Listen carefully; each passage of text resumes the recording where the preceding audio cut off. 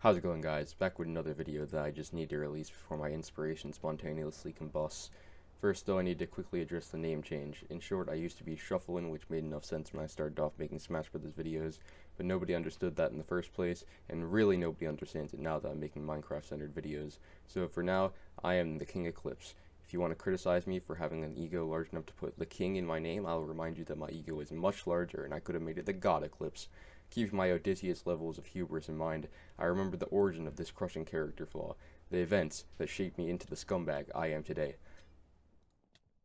It all started in second grade, and 3/4 into the year we were taking the standardized test that nobody in the class really knew the purpose of or cared about.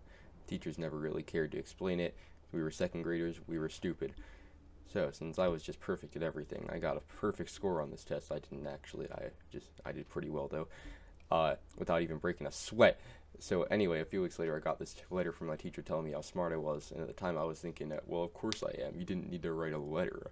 But he also said that my score was good enough to get into this gifted and talented program at this other school, so naturally I left my friends behind and never talked to them again. Back to that night, though, I specifically remember my brother, who was 2 years older than me, being absolutely livid that he didn't get in second grade too, so I clowned on this man so hard that night until my mom just called the school and begged to get in, and they said yes too because my brother was actually smart by fourth grade. Anyways, so in third grade, I went to this new school full of a bunch of people that had never met each other in their lives. It was really awkward for a while, but eventually I made a couple friends, so third grade was fine. But it got even more fine near the end of the year when we got to take yet another standardized test. I don't actually know what schools and what states take this test, but it's called the MAP test. Don't ask what the MAP stands for. I never paid attention to that part. So all the kids in the grade went to the library. I was the only person who actually cared about it because to everyone else it was just another test that didn't affect their grade whatsoever. Anyway, so I was taking it. I took like 3 hours on the test. Everyone else finished it in like 45 minutes. But when I finally finished it, I clicked submit and got a 251. I mean, those who haven't taken it have no reference to what that actually means, but like 251 is good for a third grader. So naturally, got back to class and humbly told some people my grades and went on with my day. Really? You actually believe that? No. Third grade Davis had no idea when and when not to flex on everyone, so I went around the whole class asking what they got, and promptly telling them, well, I got a 251.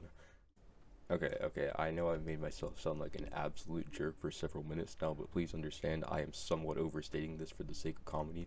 I did do and say some of these things, but at the time I wasn't doing and saying them with the intent to sound like a self-righteous scumbag. That's just me now. Anyways, after I had flexed for long enough, everyone stopped caring, and I stopped talking about it until next year, when map test season rolled around again. I was the score to beat that time, and I was pretty confident that I would remain the best, because my genius fourth grade brain determined that no one ever gets smarter after a whole nother year of schooling, and nobody ever has bad testing days. So I walked into the testing room that day with a smile on my face, and walked out feeling like an absolute loser. I don't remember what I actually got, but it was probably like 240 or something. I knew exactly what was about to happen when I walked back into my classroom, and the thought of it made me shiver with fear.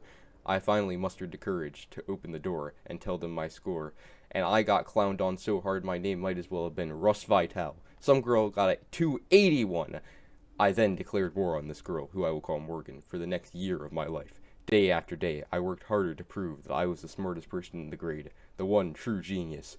I try-harded even harder through the rest of fourth grade, and yet I still remained in a measly second place. Then, fifth grade came, and we were in the same class this year. Every day I schemed on and on about how I would conquer over this tyrannical villain, all while remaining unsuspecting while in class. I would cherish every small victory on any test, and know that it was yet a small step in my quest for victory. But it was all for naught. It wasn't until the end of fifth grade when I finally realized the crushing truth. Morgan had never actually cared whatsoever about being the smartest. She never cared about beating me, and she never even acknowledged the war I fought so hard in. I was left completely defeated and so ashamed that I could not look at myself in the mirror any longer. Was it all for nothing? Did I spend over a year fighting for a title that literally no one except me cared about?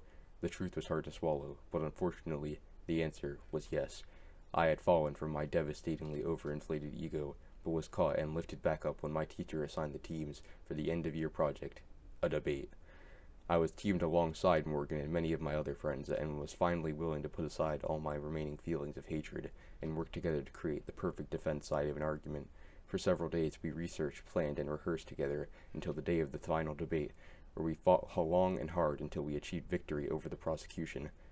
Well, technically there wasn't. It was undecided because the teacher didn't say who won, but let me have this one. So, I had won, not in a war against Morgan, but alongside her, as equals. In the end, I had lost my one-sided war, but had gained the knowledge that the pursuit of absolute victory over your adversary is not always the solution, that sometimes victory is achieved when you reach an understanding and turn that adversary into your comrade. Thank you all for watching. I had a lot of fun making this video, since I'm apparently one of the few people in the world to actually enjoy writing essays. Obviously this video is made in good fun. I did not actually have that huge of an ego when I was in 2nd grade, but otherwise the story is all true. I did actually start a year-long war against a girl who literally never talked to me and didn't care at all about having a better score on stupid map tests.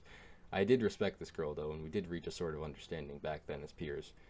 Of course, nothing has changed since then. We're still best friends.